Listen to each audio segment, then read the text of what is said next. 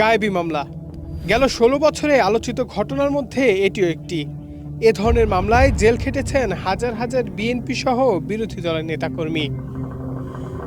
আর শেষ দিকে জুলাই আগস্টে ছাত্র জনতার আন্দোলনে এ ধরনের মামলায় আটক এবং গ্রেফতার করা হয় ব্যাপকভাবে। এসব নানা কারণে ছাত্রদের কোটা আন্দোলন রূপ নেয় সরকার পতনের।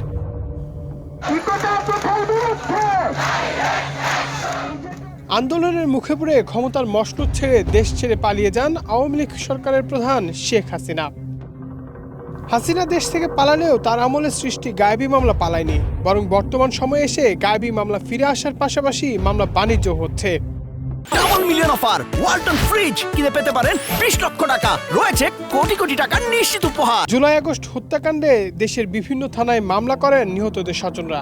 এসব মামলায় শেখ হাসিনা থেকে শুরু করে সাবেক মন্ত্রী, আওয়ামী লীগ ও অঙ্গ সংগঠনের বিভিন্ন পর্যায়ের নেতাকর্মী থেকে শুরু করে ব্যবসায়ী এবং বিভিন্ন শ্রেণী পেশার মানুষকে আসামি করা হয়েছে।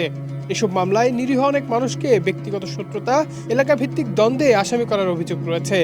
কোনোদিন রাজনীতির সঙ্গে জড়িত ছিলেন না এবং ছাত্র জনতা আন্দোলন ভিন্ন থেকে প্রভাবিত করার ক্ষেত্রেও ভূমিকা ছিল না এমন ব্যক্তিও আসামি হয়েছেন।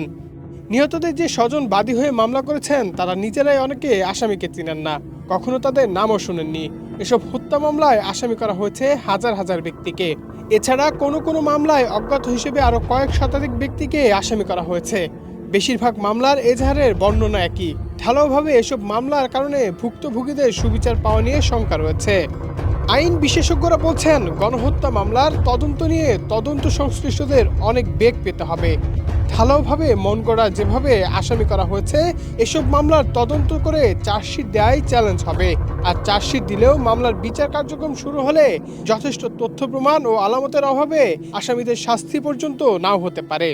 এ কারণে অনেক আসামি অপরাধ করা সত্ত্বেও আইনের ফাঁকফোকরের কারণে মুক্তি পেয়ে যেতে পারেন। কারণ আন্দোলনে যারা নিহত হয়েছেন তাদের অনেকেরই ময়নাতদন্ত হয়নি।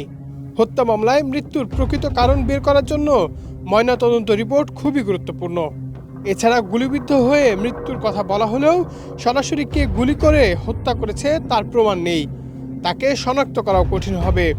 মামলায় যাদের আসামি করা হয়েছে তাদেরকে হুকুমদাতা ও নির্দেশদাতা হিসেবে উল্লেখ করা হয়েছে। এতে করে মামলার গোড়াই গলদ থেকে যাচ্ছে।